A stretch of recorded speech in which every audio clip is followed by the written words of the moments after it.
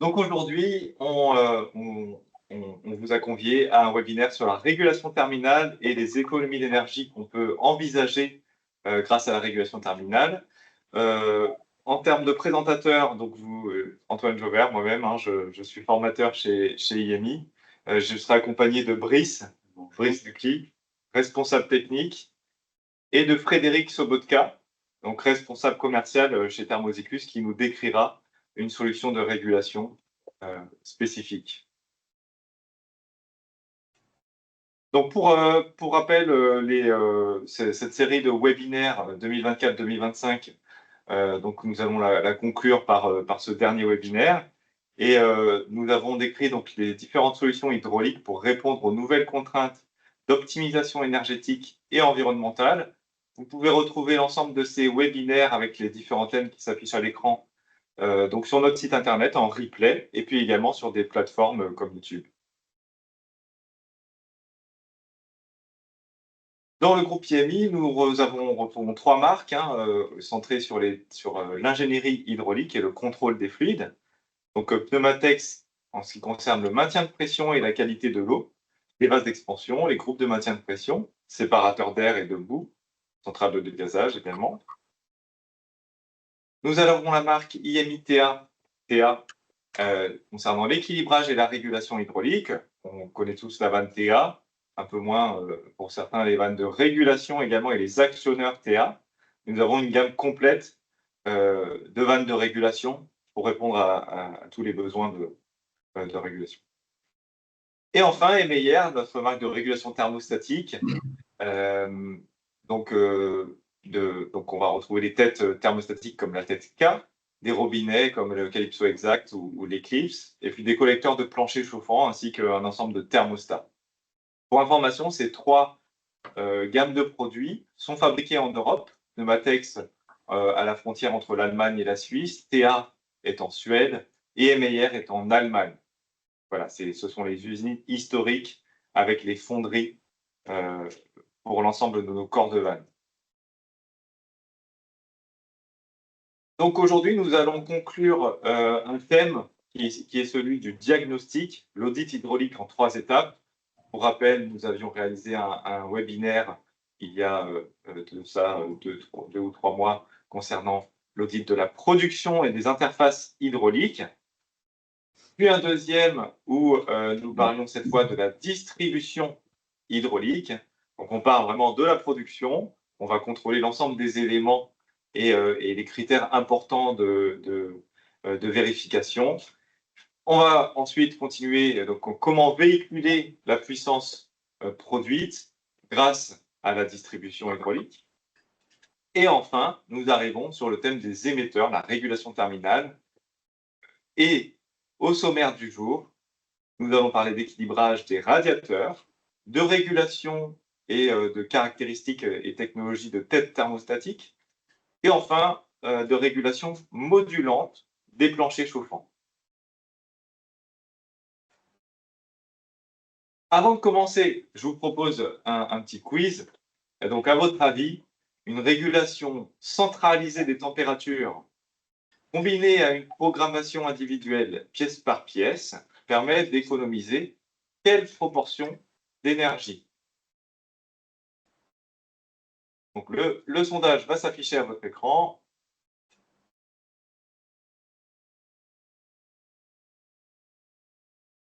Je vois une main levée. Si jamais vous avez une question, n'hésitez pas à la taper dans la fenêtre de conversation ou dans la fenêtre questions. Hop, donc, je lance le quiz. Alors, voilà, donc vous avez 3 réponses possibles, soit 9,5% d'énergie, 13% d'économie d'énergie ou 17,5% d'économie.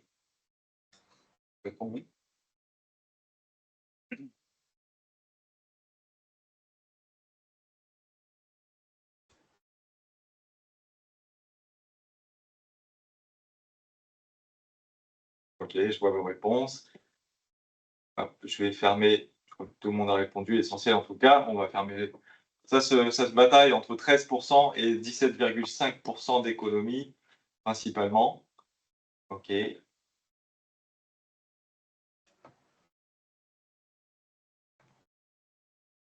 Ok. Alors,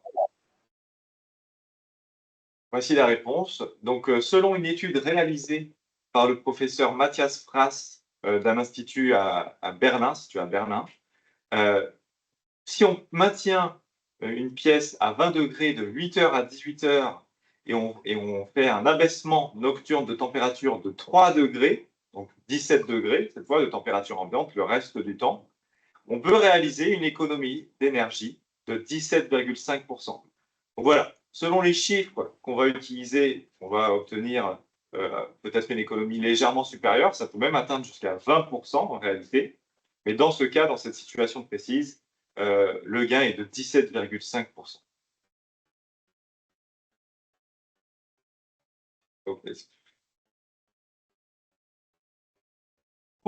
donc, pour pouvoir envisager ces économies, évidemment, il va falloir vérifier quelques critères. On va devoir notamment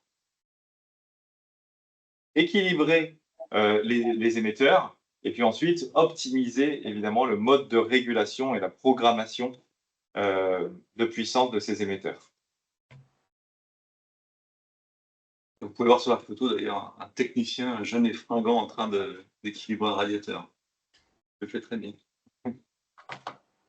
Donc, voilà, Oui. je te laisse la parole. Pour rappeler l'élément essentiel dont on a parlé lors du dernier webinaire. Hein. On a évoqué la nécessité de stabiliser la pression différentielle en présence de débits variables. On l'avait vu, le débit variable induit des variations de pression différentielle et donc des instabilités, des interactions qu'il faut absolument maîtriser. Et le but de cette stabilisation, c'est de fournir la pression différentielle juste nécessaire pour irriguer les émetteurs. Donc la question, c'est où est-ce qu'on stabilise la pression différentielle et avec quoi? Donc d'abord, lorsqu'on a une configuration en colonne, comme on a souvent dans les anciens bâtiments, les anciens bâtiments de logement, parce que c'est le thème aujourd'hui, on mettra ces stabilisateurs de pression différentielle en pied de colonne avec un matériel qu'on appelle le kit STAP chez IMI, qui est composé d'une vanne d'équilibrage, d'un régulateur de pression différentielle, la fameuse STAP, les deux étant reliés par un capillaire. Dans le cas où on a un immeuble un peu plus récent, les logements sont organisés en gaine palière, donc on mettra ce type de stabilisateur en entrée de logement. On a vu lors du webinaire, on a fait la démonstration de l'intérêt de positionner ce type de vanne en entrée de logement et non pas une PIVCV, un simple limiteur de débit. Donc là, dans l'exemple concret, c'est une TA compacte DP. D'ailleurs, pour parler de cette TA compacte DP, on vous propose un module dans la gamme IMI qu'on appelle le CIC1, qui est composé de cette fameuse compacte DP, bien sûr, qui est là pour stabiliser la pression différentielle. Cette compacte DP pourra être équipée d'un actionneur qui lui-même sera piloté par un thermostat d'ambiance qui permettra bien sûr de mettre en place ces fameuses intermittences, hein, les fameuses plages dont parlait Antoine à l'instant, qui permet d'économiser jusqu'à 20% d'énergie. Et derrière ce module pour stabiliser la pression différentielle, qui régule le débit global du logement, on mettra nos robinets de radiateurs standards, puisque la ΔP étant stabilisée entre logements, on garde un robinet standard qu'on appelle le Calypso Exact, équipé d'une tête thermostatique, la tête K, qui va pièce par pièce réguler la température ambiante en fonction des apports gratuits.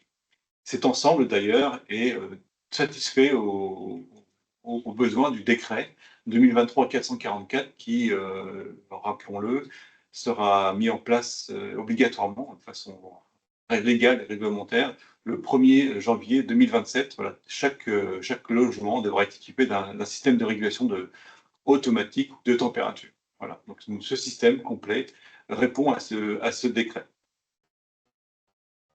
Et je laisse la parole à Antoine qui va nous parler de puissance et de pouvoir.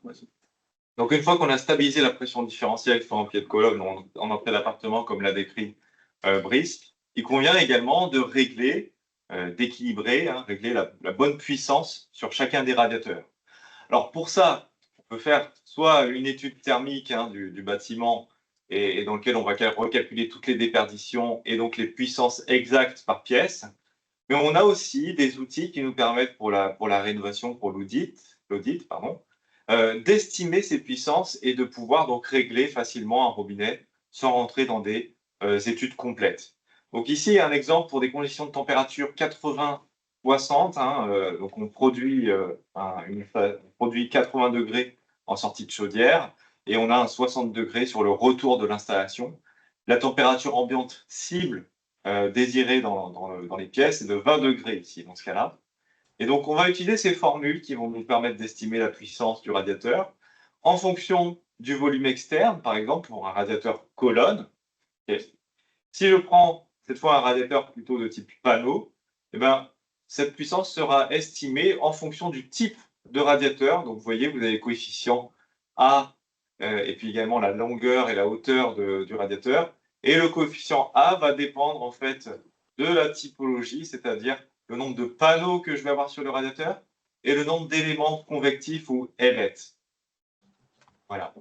Donc ces formules sont valables pour un régime 80-60. Ok, on peut éventuellement les convertir dans d'autres régimes de température, mais ça demande un peu plus de calcul. Sinon, vous avez également des outils comme cette application mobile iTools qui permet d'estimer la puissance d'un radiateur par rapport à ses caractéristiques. On va rentrer la température de départ, la température de retour et la température ambiante cible. Les caractéristiques physiques du radiateur, hauteur, largeur et type dans le cas d'un radiateur panneau, encore une fois.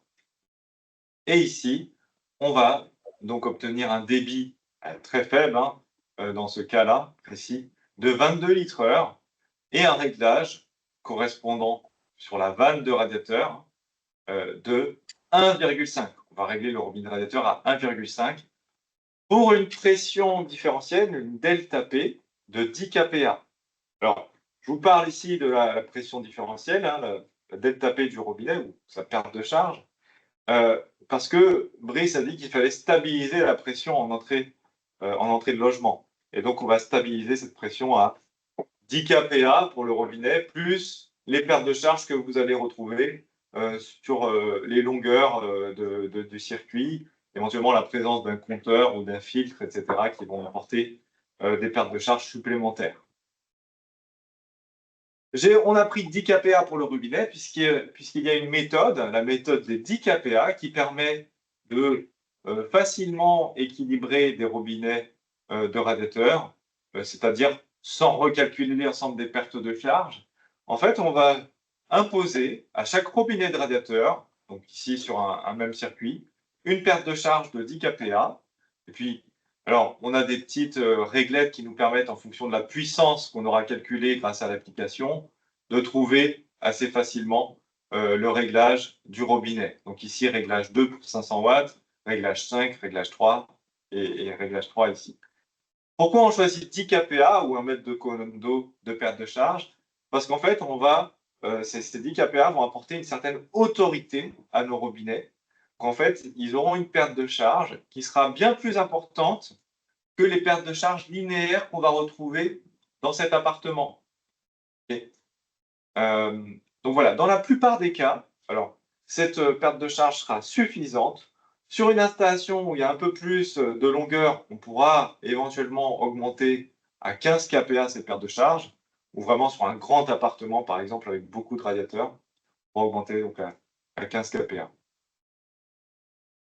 Sinon, vous avez aussi la possibilité, dans le cas où en fait c'est compliqué de stabiliser la pression différentielle en entrée d'appartement ou en colonne, de simplement remplacer les robinets thermostatiques, le robinet en place, par des robinets Eclipse, qui sont en fait des limiteurs de débit. Okay.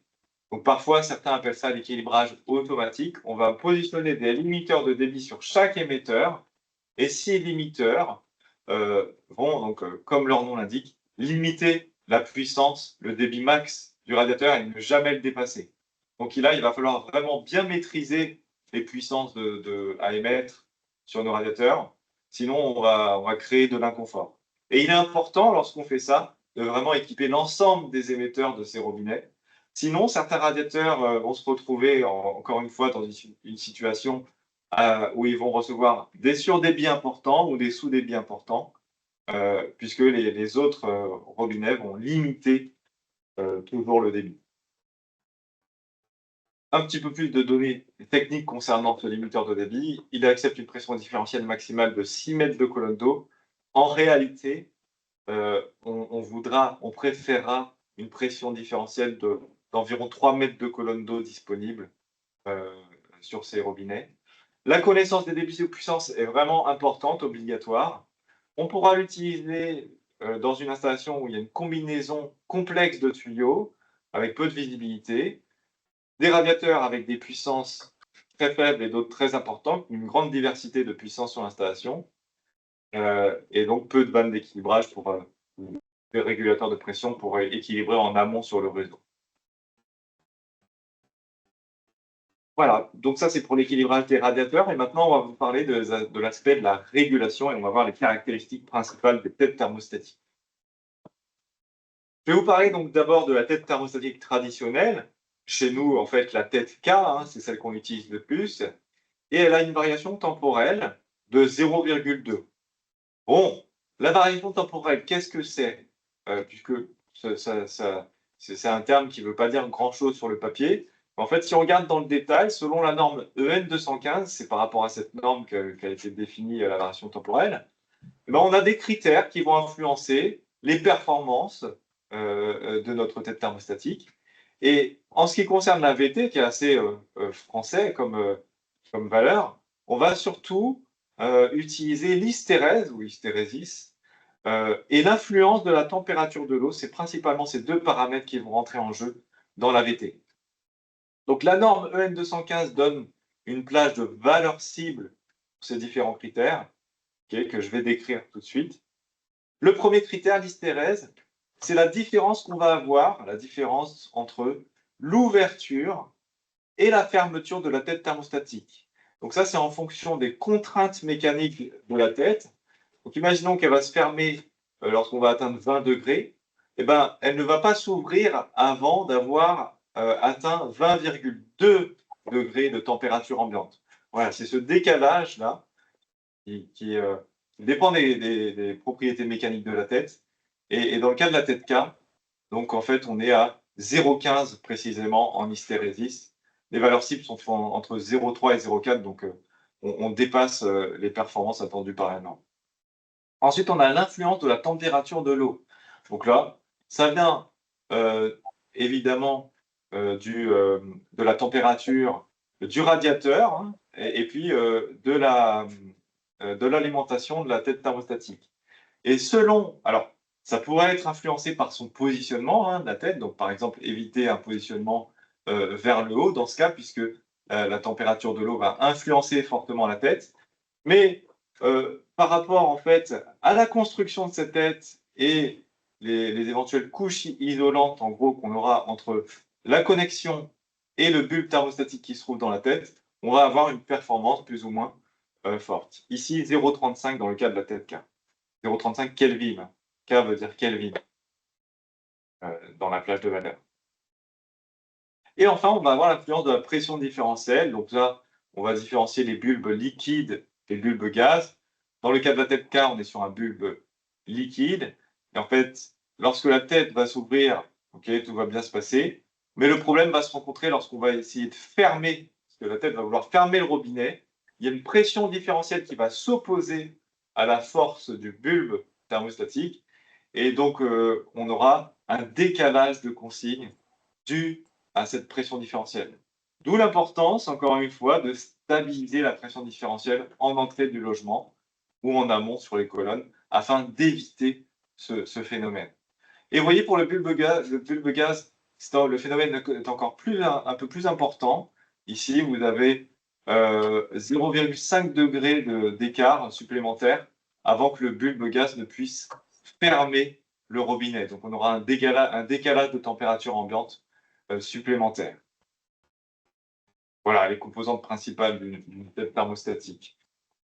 Et puis, maintenant, on va déployer également un autre type de tête thermostatique, qui sont les têtes dites connectées.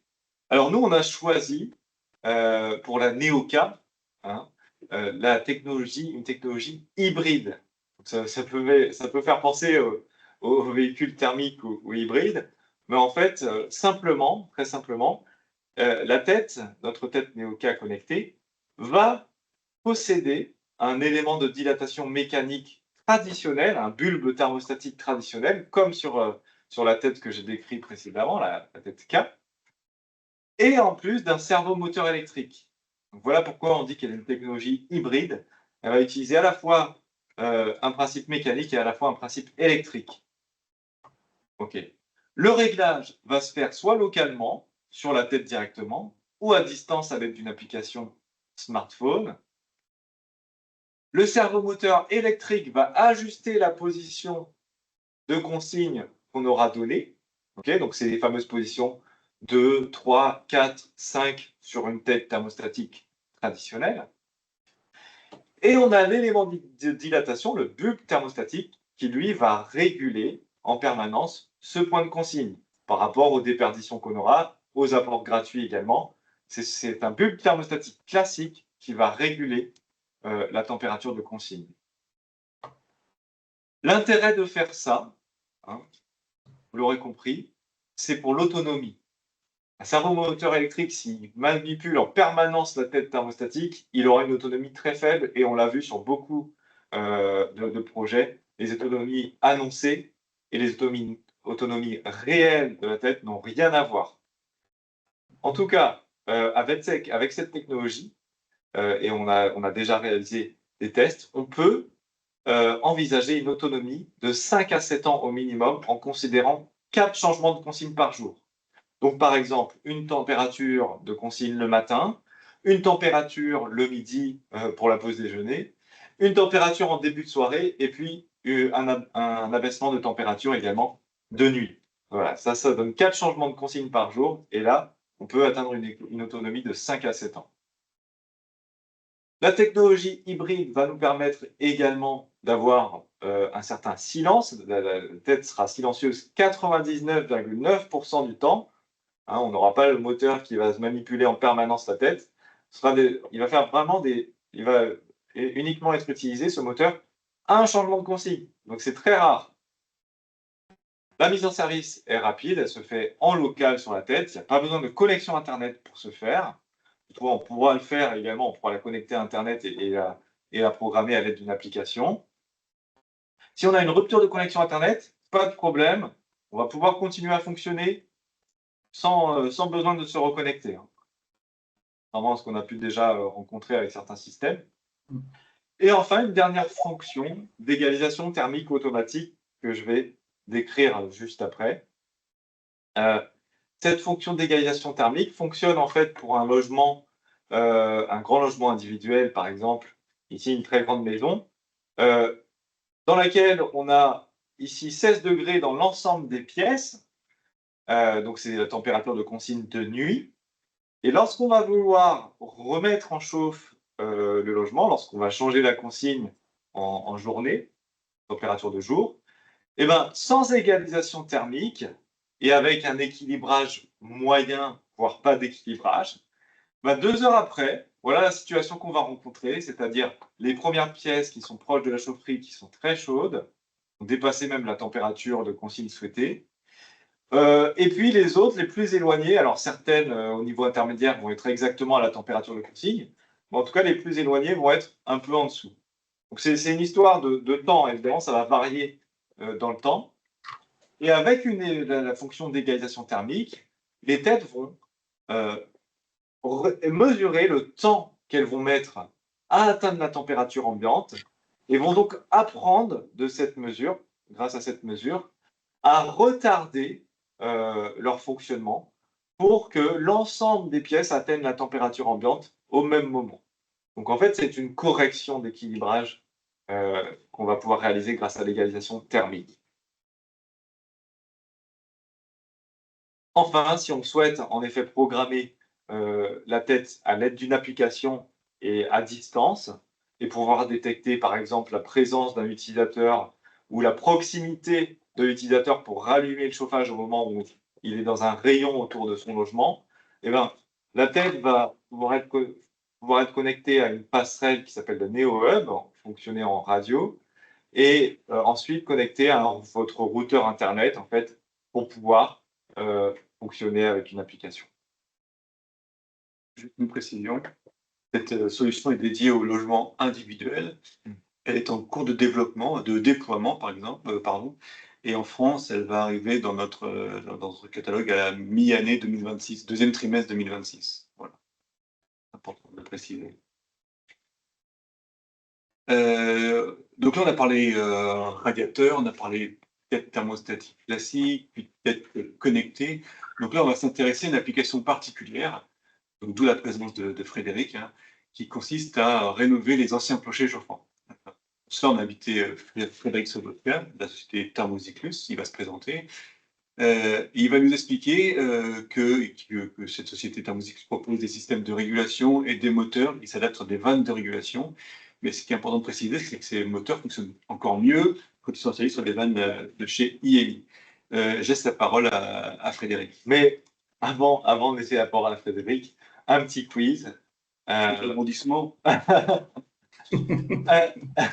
On vous pose la question.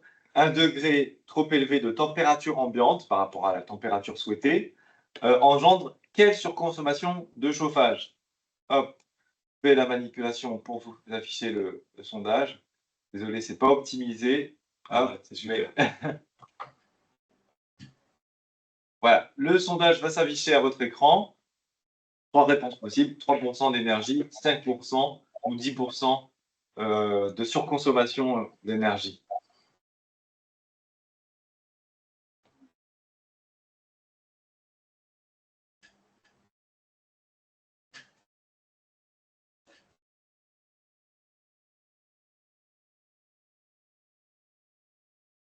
Merci pour vos réponses. Hop, je vais fermer le sondage. Je vois qu'à peu près l'ensemble de tout le monde a répondu. Et vous étiez plutôt dans le vrai. En effet, la bonne réponse est 10% d'économie d'énergie. Et en effet, selon une étude qui a été menée par le Caustic en collaboration avec GRDF, alors dans le passé, on disait qu'on pouvait évaluer cette surconsommation à 7% au minimum, et puis jusqu'à 10-11%. Aujourd'hui, une étude un petit peu plus précise a montré que on était en moyenne autour de 10% de surconsommation pour 1 degré de température ambiante supplémentaire. Et donc maintenant, je vais laisser la parole à Frédéric. Merci messieurs, merci Antoine, merci Brice pour cette première partie très, très intéressante. Donc effectivement, et merci pour l'invitation, hein, on a décidé de vous présenter aussi un cas concret pour ce webinaire, notamment en montrant un exemple et en parlant de régulation et d'équilibrage sur des logements des années 60-70 chauffés par plancher chauffant. Alors, avant de commencer, un mot très bref autour de Thermozyklus. Pour ceux qui ne nous connaîtraient pas, Thermozyklus est un fabricant allemand, alors tout comme Heimeyer. Antoine, tu as présenté la marque Heimeyer également tout à l'heure, qui est une société allemande. Avec, pour notre part, toute la partie développement qui est à Munich, donc en Allemagne, et l'usine de fabrication qui est à Dresde, donc y compris en Allemagne. Donc là, on parle vraiment d'une société 100% européenne, produit 100% européen.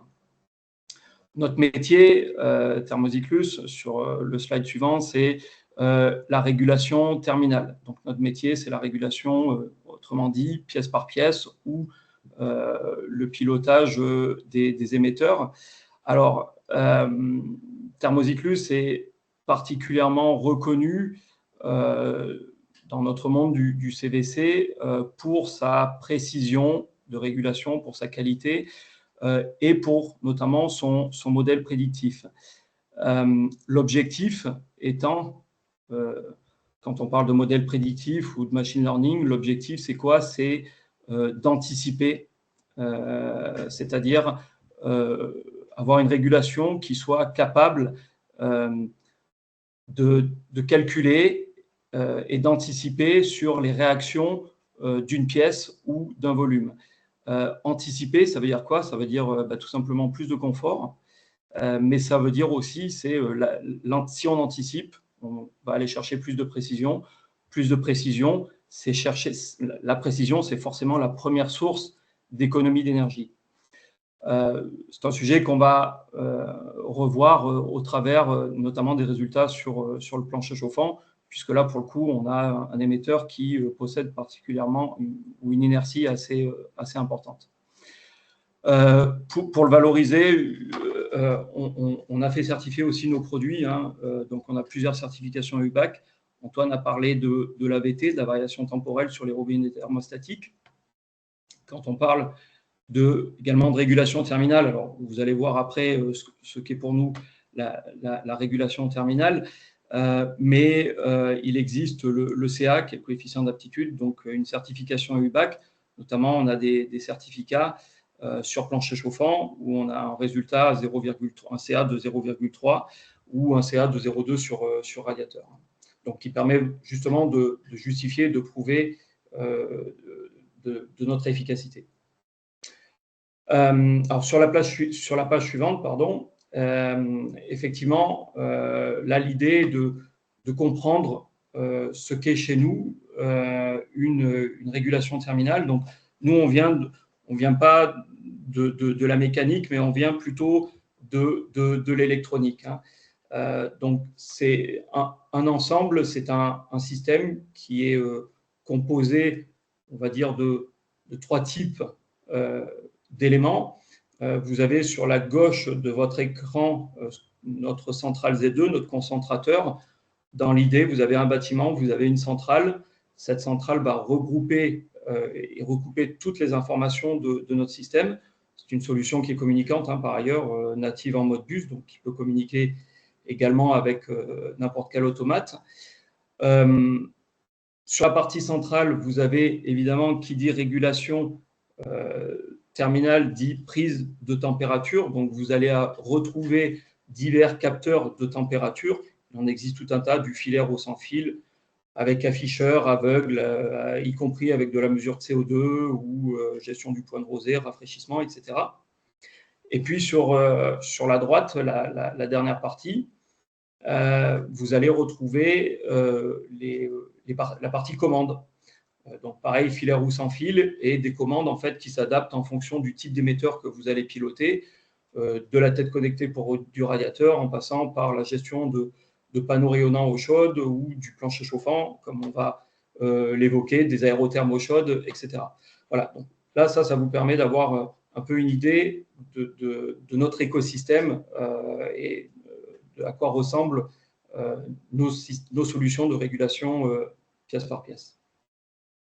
Alors maintenant, pour en venir à notre cas concret qu'on a souhaité mettre en avant, dans les années 60-70, vous avez eu en France beaucoup de logements qui ont été fabriqués ou construits sur ce principe-là, avec une chaufferie collective, avec des planchers chauffants. Alors, vous le voyez à l'image sur la droite, hein, plancher chauffant avec du tube acier, c'est ce qui se faisait à l'époque.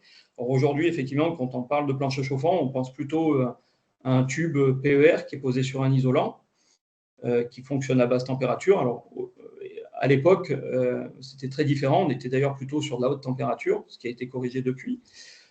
Pour autant, on reste quand même sur du tube acier qui est positionné en pleine dalle, et qui, justement, et c'est ça aussi qui rend la chose un peu complexe, ce tube en pleine dalle va émettre vers le haut, donc plancher chauffant, mais elle va également émettre vers le bas, donc plafond chauffant, c'est-à-dire que sur un ensemble de logements, on va aussi bien émettre dans l'appartement potentiellement dans lequel on se situe, mais également vers le bas sur l'appartement du dessous.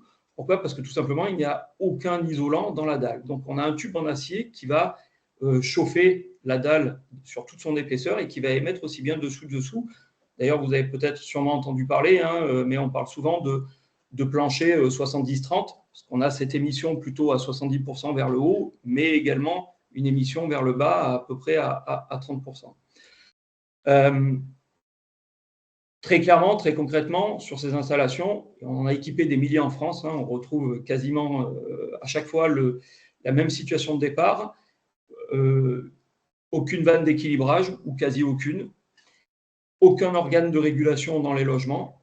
Le seul organe de régulation que l'on retrouve, c'est une sonde extérieure, c'est-à-dire qu'on régule les départs en chaufferie, mais ça se limite à ça. Donc, une seule référence, une seule donnée pour gérer des dizaines de logements. Donc, évidemment, des disparités extrêmement importantes entre les différents logements. Quand je dis des disparités, c'est quoi? C'est des écarts de température qu'on a mesurés à maintes reprises jusqu'à 5 degrés, c'est-à-dire des logements qui sont à peine à 19 degrés quand d'autres sont à 24 degrés. Et évidemment, toute cette situation qui fait qu'on se retrouve avec alors de l'inconfort, bien entendu, mais aussi des surconsommations qui sont liées également à des températures de départ qui sont en conséquence souvent mal réglées. Pourquoi? Parce qu'on essaie de pallier notamment aux logements qui ont du mal à obtenir une température minimum de 19 ou 20 degrés. Et donc, on a tendance à aller pousser, augmenter les températures de départ pour essayer de donner un minimum à chacun. Mais les plus favorisés se retrouvant avec des températures justement bien au-delà, à 23, 24 degrés. Et donc, tout ça qui engendre des surconsommations importantes. Donc, vous voyez une situation de départ qui est loin d'être évidente. Alors, qu'est-ce qu'on propose sur la slide suivante pour essayer de répondre à cette typologie de bâtiments? Vous avez donc sur la droite un bâtiment de logement avec une gaine technique, 4 étages, 8 logements. Alors, très simplement, l'idée est la suivante, c'est-à-dire qu'on va positionner un capteur dans chacun des logements, un capteur de température, plutôt sans fil, on est dans l'existant. Un seul capteur, alors ça ne sert à rien a priori de mettre plusieurs capteurs. Pourquoi un seul? Parce que en général, dans la plupart des cas, sur ces planchers chauffants des années 60-70, on avait une seule boucle de plancher par appartement. Aujourd'hui, quand on fait un plancher chauffant sur du neuf, vous avez des boucles pièce par pièce et on peut très facilement réguler pièce par pièce. À l'époque, ce n'était pas du tout conçu de la même façon et on avait plutôt une seule boucle de plancher pour l'ensemble du logement. Donc, un seul capteur de température sans fil. En gaine technique, on va pouvoir installer nos moteurs proportionnels sur une vanne d'équilibrage. Alors nous, ce qu'on a choisi, c'est une vanne d'équilibrage type TBVC.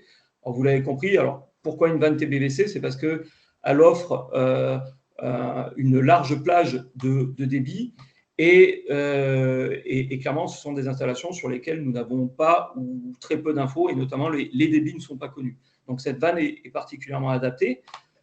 Bien entendu, comme mes collègues l'ont expliqué tout à l'heure, les pieds de colonne doivent être également équilibrés. Donc là, on choisit plutôt de travailler avec une vanne STAP pour stabiliser la pression, comme Brice nous l'a expliqué. Donc notre moteur proportionnel qui s'installe sur chacune des boucles, donc directement en gaine technique.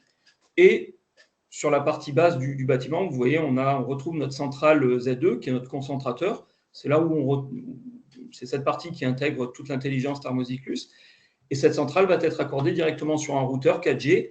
L'objectif, c'est aussi de confirmer ce que l'on vend. On vend une qualité, on vend une stabilité.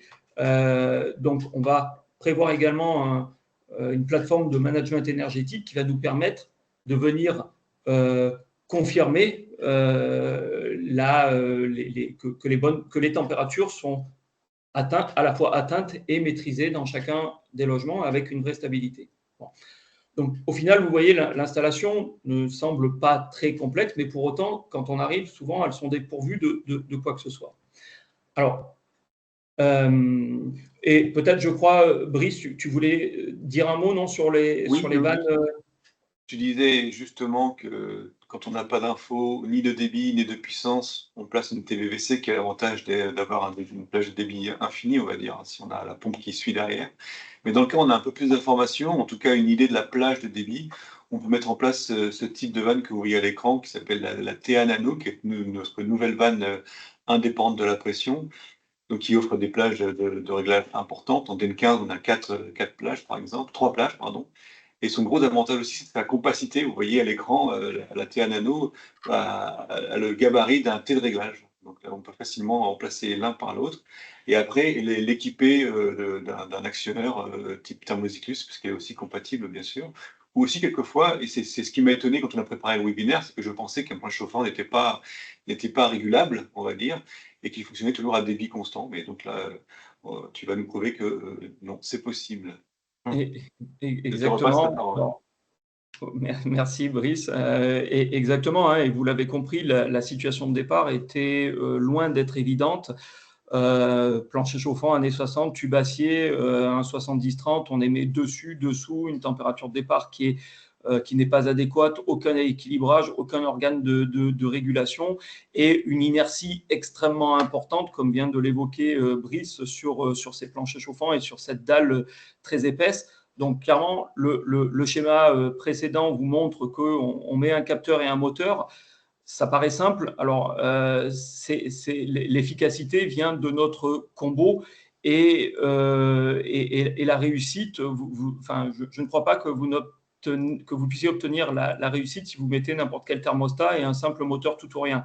Pourquoi? Parce que clairement, il n'y aura aucune anticipation sur une telle inertie, sur un tel système. Si votre système de régulation n'est pas capable d'anticiper, vous allez avoir une température qui va jouer au yo-yo et vous allez vous retrouver très régulièrement avec des écarts de température de 1, voire clairement plus de degrés.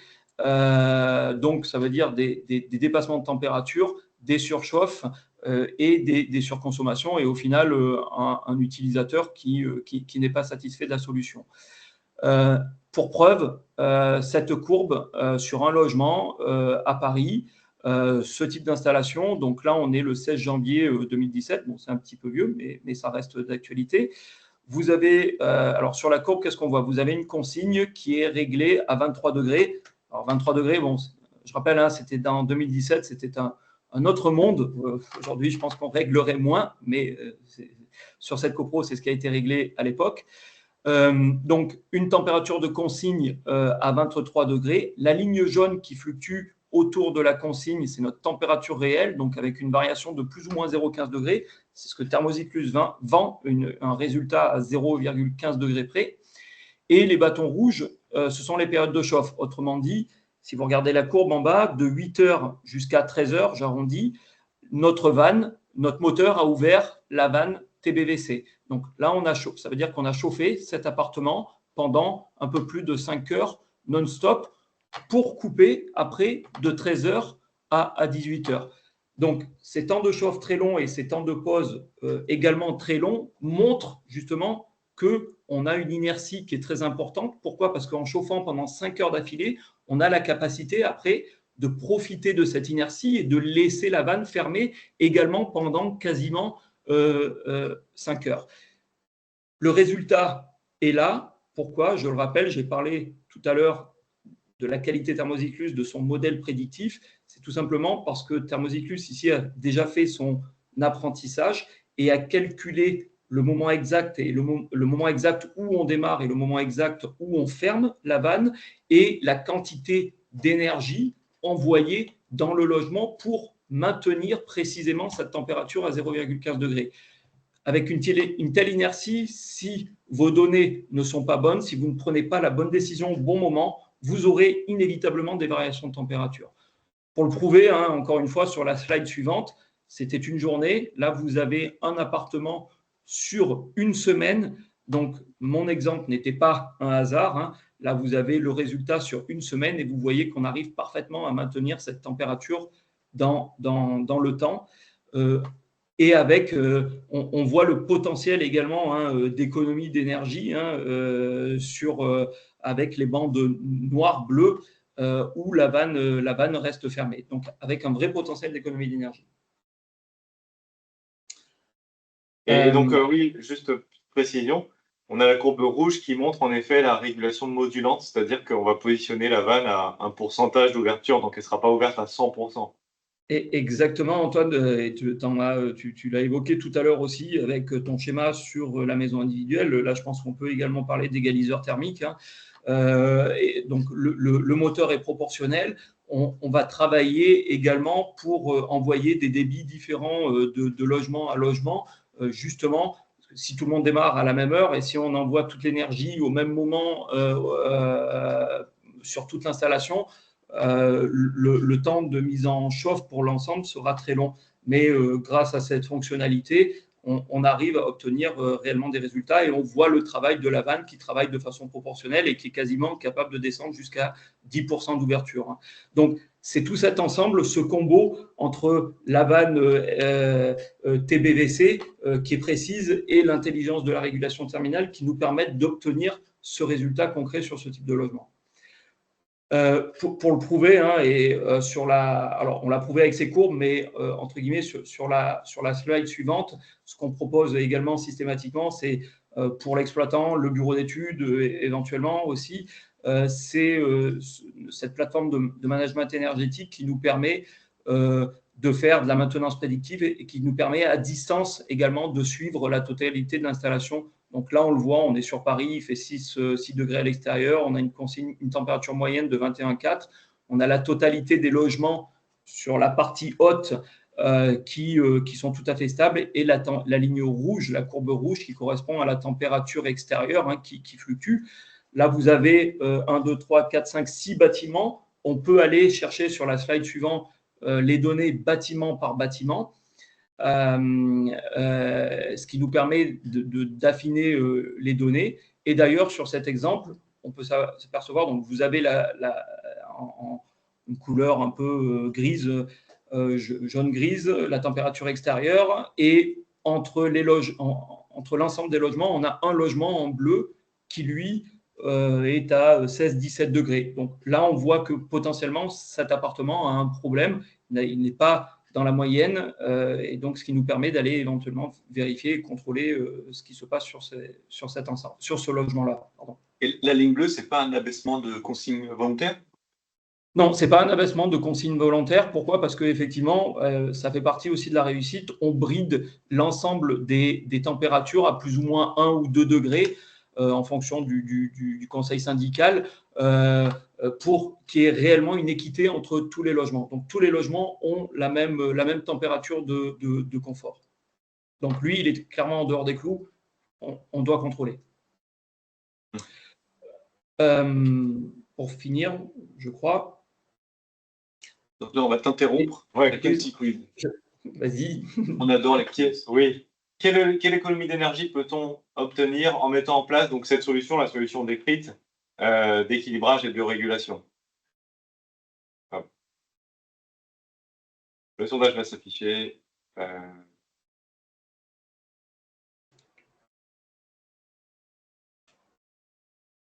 Le voici. Qu'est-ce qu'on a comme résultat? Alors, on a 3 réponses possibles, donc 10 à 20% d'énergie, 20 à 30% ou 30 à 40%. OK. Niveau des résultats, vous avez majoritairement répondu. Je vous laisse encore, je vois qu'il y en a qui répondent encore. Vous avez vu le webinaire avant, c'est sûr. Ouais. Ah non, ça s'équilibre là, ça s'équilibre en fonction des réponses là. Bon, une petite dominance sur 30 à 40% d'énergie et puis d'autres ont répondu 20 à 30%. Et Frédéric va nous montrer les résultats de l'étude qu'il a réalisée là-dessus. Ben là, vous avez tout simplement les résultats réels d'un bailleur social avec qui on travaille, qui est dans l'Est de la France. Vous avez deux résultats. Le premier tableau en haut, alors, donc toujours évidemment, bien entendu, dans les deux cas, plancher chauffant, bâtiment des années 60. Dans le premier cas, c'était une rénovation énergétique globale avec donc rénovation, chaufferie, isolation par l'extérieur. Évidemment, nos solutions d'équilibrage et nos solutions de régulation. Là, vous voyez qu'on arrive même à dépasser les 60% d'économie d'énergie.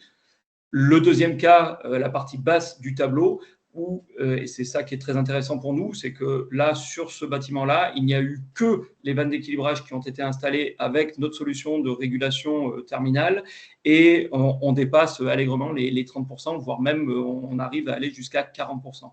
Donc, vous voyez que le combo vannes d'équilibrage TA avec notre régulation et notre savoir-faire en termes de régulation et d'électronique, clairement, on arrive à aller chercher des résultats qui sont plus que probants. Voilà. Donc la réponse était 30 à 30 à 40%. 40%. Effectivement. Merci pour cette solution, pour cette description, Frédéric. Et donc, on va conclure donc, pour ce webinaire. Donc, afin d'optimiser en effet la régulation des terminaux et envisager des économies d'énergie, on devra, je rappelle, fournir la puissance nominale adaptée à chaque émetteur. Quand on la connaît, évidemment, quand on peut la connaître, et donc ça passera par un équilibrage. Et dans tous les cas, il va falloir stabiliser la pression différentielle. Ça, c'est vraiment l'élément très important aujourd'hui, comme on fonctionne en débit variable avec des besoins très variables sur une installation. Il est essentiel de stabiliser la pression différentielle. Donc, vous avez vu à différents endroits de l'installation. Équiper les terminaux de limiteurs de débit également, si vous avez la connaissance des puissances et qu'il y a peu de place pour des vannes d'équilibrage ou des régulateurs de delta P, on peut utiliser des limiteurs de débit lorsque les conditions le permettent. Ensuite, on pourra programmer des abaissements de température et optimiser la remise en chauffe de l'installation. Donc ça passe notamment par le phénomène, la notion d'égalisation thermique. En fait, on va apprendre à s'adapter à l'inertie du bâtiment et l'inertie des émetteurs. Donc, c'est les solutions qu'on a décrites, notamment avec peut-être Neoca ou avec la solution de Thermozyklus sur les planchers chauffants. Et enfin, on centralisera et on pourra suivre et donc détecter des variations de température ambiante dans les logements. Et dans certains cas, on pourra mettre en avant des problèmes sur certains logements qui n'arrivent jamais à stabiliser la température ambiante. Et donc, on pourra se concentrer sur ces logements afin d'éliminer ces problèmes. Voilà, et donc on va passer maintenant à la session questions-réponses. Oui, Antoine, tu as quelques questions dans la conversation et quelques questions dans questions-réponses. C'est la voix de Vanessa. Oui, voilà. Oui, responsable marketing. Alors, comment pouvons-nous recevoir le support de présentation? Vous le recevrez à l'attention. Non. Vous le recevrez par email quelques heures après la présentation, le temps qu'on fasse, le temps qu'on prépare tout ça, l'email, et vous recevrez ces éléments. Ça a répondu au monsieur. Ah oui, bon, d'accord. Super. Avez-vous un ratio de coût fourni, posé par logement pour la solution présentée par Thermozyklus? C'est pour toi, Frédéric. Oui, fourni, posé. Alors, effectivement, on a réalisé déjà plusieurs milliers d'installations de ce type-là en France. Globalement, on est par logement, fourni, posé, vannes d'équilibrage y compris. Donc, ça veut dire tout le travail de plomberie. Il y a un peu d'électricité en gaine technique, évidemment, toute la partie matérielle. Globalement, on doit tourner entre 1000 et 1200 euros par logement. Donc, vous l'avez vu, au vu des économies d'énergie, clairement, je sais que sur ça, on n'a pas toujours les retours d'informations, hein, malheureusement, mais on a eu sur certaines installations où on a eu la chance de les avoir, et sur certains logements, je sais qu'on a réussi à amortir l'installation dès la première année. Dans tous les cas, on doit avoir un ROI qui est extrêmement court. Ce qui est intéressant aussi, hein, c'est que en termes d'évolution, si on commence par l'équilibrage et la régulation, et si demain il devait y avoir une isolation par l'extérieur, c'est l'avantage, c'est que la solution va s'adapter. Ça va forcément changer le comportement thermique de l'installation, mais l'intelligence de la solution globale saura s'adapter à ça sans aucun problème. Merci, Frédéric. Une autre question. Ce produit est adapté uniquement aux bâtiments résidentiels et non tertiaires. Une question. Alors, je pense que, je ne sais pas à quel produit ça s'adapte, mais on va répondre pour tous les deux, hein. Concernant la tête Neoka, la tête connectée IMI dont on a parlé tout à l'heure, donc c'est effectivement réservé aux résidentiels individuels. Et pour ta solution, Frédéric, Alors là, dans ce cas précis, bon, bah là, on parle clairement de logement. Après, au-delà de ça, Thermozyklus, sur ces solutions globales, nous, au quotidien, nous traitons énormément de dossiers tertiaires. vas-y. Un immeuble doit-il être muni d'une connexion Internet pour exploiter des systèmes de vannes intelligents avec prédiction et apprentissage? Donc, système de vannes intelligentes. Alors, aujourd'hui, si on parle de la tête Neoka, par exemple, la tête thermostatique qu'on a décrite, il doit être muni d'une connexion Internet, en effet, pour exploiter ces types de vannes. Maintenant, pour Thermozyklus, La question, c'était si on a besoin d'une connexion Internet, c'est ça? C'est ça, oui. ouais. C'est ça. Alors, nous, pas du tout. Il n'y a aucune nécessité d'avoir une connexion Internet. Et la plateforme de management énergétique qui est proposée, c'est pour faire du monitoring. C'est une option. Si elle y est et qu'on perd la com, il n'y a aucune conséquence puisque toute l'intelligence, et c'est une très bonne question et c'est très important, toute l'intelligence est in situ, elle est à l'intérieur du bâtiment. Donc, connexion ou pas connexion, aucun problème. C'est un plus pour faire du monitoring, mais ça s'arrête là. Je vais préciser ta réponse quand même, Antoine. Oui, oui, c'est vrai. Ouais. La tête Neoka, justement, elle a été conçue pour pouvoir être utilisée aussi sans connexion Internet. En effet. Est-ce qu'on a pensé aux gens qui n'ont pas accès à Internet, qui sont peut-être âgés, qui n'ont pas envie de s'embêter avec une application? Donc, dans ces cas-là, la tête comprend déjà des programmes horaires. En plus, il y a des programmes horaires, quelques programmes horaires qui sont déjà donc ils sont standardisés. Du coup, on n'aura pas le choix de les modifier, mais ils vont exister. Et après, effectivement, si on veut manipuler notre système à distance, il faudra le connecter à la box pour pouvoir, à l'aide d'une application, mettre en route, couper le chauffage à distance ou changer ses paramètres. Les deux seront possibles. Oui, on aura accès à plus de paramètres, on va dire, en connectant cette vanne à un routeur, mais on aura également, il sera possible de l'utiliser sans connexion. Vous n'avez pas précisé si on doit changer la tête thermostatique après les 5 à 7 ans ou juste les piles, c'est uniquement les piles en effet qu'il faut remplacer au bout de 5 à 7 ans. Ouais. Tout à fait. Est-il possible avec cette solution de piloter individuellement chaque appartement, une consigne de température par appartement? Je pense que ça s'adresse à toi, Fred. Alors, si c'est pour moi, oui, c'est possible. Maintenant, parmi les critères de réussite, étant donné qu'on est justement sur un vrai chauffage collectif, pour le coup, avec cette fameuse répartition 70-30, une des clés de la réussite, c'est aussi de bloquer ou de brider les températures. Parce que si quelqu'un part en vacances pendant l'hiver et coupe le chauffage, il peut supprimer ou il va supprimer 30% de la puissance de l'appartement du dessous. Et donc, par grand froid, l'appartement du dessous pourrait ne pas obtenir sa température. Donc, pour obtenir un bon fonctionnement et une équité entre l'ensemble, nous, on assure aussi un blocage des consignes de plus ou moins 1 à 2 degrés. Il faut savoir qu'on part sur une situation de base où il n'y avait absolument aucun réglage. Donc, on restreint un petit peu, mais c'est bien mieux que ce qu'il y avait au préalable. Vous avez une méthode pour faire valoir le produit dans des logiciels de simulation thermique tels que Pléiade? Certification UBAC et toile AVT, je pense, mais certifié, oui, on est certifié à 0,3 sur plancher chauffant, par exemple.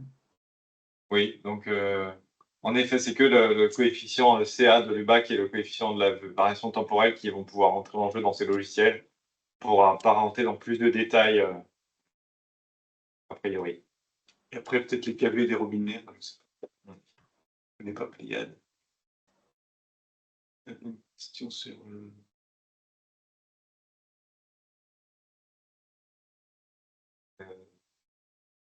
Que peut-on faire dans le cas d'une boucle de plancher chauffant desservant plusieurs logements avec obligation du décret régulation? Alors, il y a peut-être deux réponses. Ce type de logements ne sont pas soumis au décret, justement, de fait de la difficulté technique. Donc, ils ne sont pas soumis. La deuxième question, oui, effectivement, c'est aussi une typologie. Parfois, on a des boucles traversantes sur plusieurs logements. On doit mesurer, on met des capteurs dans tous les logements. On a un retour des données de température sur l'ensemble des logements. Par contre, on ne peut pas mettre plus de vannes ou plus de moteurs que ce qu'il y a de boucles. Donc, on va travailler sur l'ambiance la plus défavorable. Et on l'a déjà fait à plusieurs reprises. Et quand on compare l'ensemble, on arrive quand même à obtenir une vraie stabilité entre l'ensemble des logements. D'accord. Quelle est la différence entre le CA de l'UBAC et la VT des têtes thermostatiques? Donc là, la VT des têtes thermostatiques, en fait, donc le terme veut dire variation temporelle, et j'ai décrit un petit peu les critères qui définissaient cette variation temporelle. Et en fait, c'est simplement la variation de température ambiante dans le temps. Donc c'est le décalage dans le temps de cette température ambiante. Et donc, ça se décrit en Kelvin, VT, par exemple 0,2 Kelvin pour la tête K.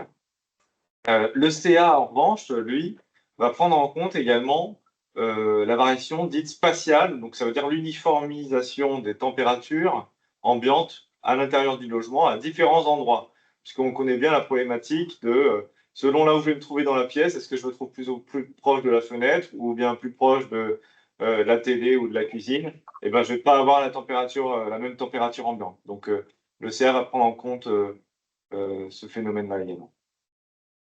Une dernière question. Peut-on utiliser iSelect pour faire les calculs de pré-réglage de robinet et de radiateur? Oui. Voilà. Merci. D'ailleurs, on propose une formation sur ce sujet. Tout à fait. On peut en fait simuler les pertes de charge d'une installation en fonction des diamètres et des longueurs approximatives de tuyauterie. Hein, pas besoin de rentrer en détail précisément au millimètre près. Mais oui, on peut faire des calculs de pré-réglage en simulant l'installation sur notre logiciel iSelect. Et peut-on installer la tête Neoca dans toutes les positions? Oui. Alors, l'avantage de la tête, cette tête connectée par rapport à une tête classique, c'est que, en fait, au lieu d'avoir seulement un bulbe thermostatique positionné à un seul endroit qui va devoir gérer toutes les variations, et ben, on a en plus des capteurs de température à différents endroits dans la tête qui vont uniformiser, moyenner toutes ces températures afin d'aider le positionnement de la tête thermostatique. Donc, on subira moins l'effet, l'influence de la température de l'eau et l'influence du radiateur, également la température du radiateur, par rapport au positionnement de la tête. Maintenant, toutefois, il faudra quand même s'assurer que la tête n'est pas située dans des conditions un peu trop restrictives par rapport à la température souhaitée. Donc, je ne sais pas, derrière un rideau, dans une boîte, etc., ça ne fonctionnera pas complètement. Voilà. À moins de déporter la prise de température. Ah oui, pardon, c'est en cours de développement. En effet, on pourra utiliser sinon, dans ce cas-là, un capteur de température déporté qui communiquera avec la tête en ondes radio. Et on pourra le positionner à un autre endroit du logement, par exemple en plein milieu du salon ou à côté de la fenêtre, selon où on souhaite privilégier la prise de température. On a dépassé un peu le temps qui nous était imparti. Bon, voilà, on avait répondu a priori à toutes les questions. On a une autre question. On vous propose de revenir vers vous par rapport à cette question un peu plus spécifique sur un produit. Voilà. En tout cas, merci à tous. On reviendra vers vous par rapport aux questions qui n'ont pas été répondues. Et on vous donne également rendez-vous, alors sans date précise, à la rentrée 2025 pour un nouveau webinaire, cette fois sur le syndrome du delta T, donc du mauvais delta T dans une installation qui va compromettre notamment le rendement thermique de notre installation. On n'en dit pas trop. Voilà, merci à tous, merci Frédéric. Et merci à vous tous. Bon appétit. On est présent aussi également, IMI et Thermositis sur le salon IBS. Dernier jour de septembre et premier jour de octobre. Donc Paris, Porte de Versailles, Salon IBS, vous pourrez nous rencontrer l'un et l'autre. Oui, c'est ça. Et nous, Rajouter, c'est Artibat. Oui, vas-y, Vanessa. Ouais, c'est ça. Et on sera IBS aussi, pareil, du 30 septembre au 1er octobre, Porte de Versailles, si vous souhaitez nous rencontrer pour tout ce qui est sujet principalement de régulation. Et on sera aussi présent sur le salon Artibat Rennes, donc plutôt installateur, 22, 23, 24 octobre. Magnifique. Merci. Et une bonne fin de journée. Bonne fin de journée à tous. Merci, bientôt. merci À à tous. bientôt. Au revoir. Au revoir. Au revoir, Frédéric.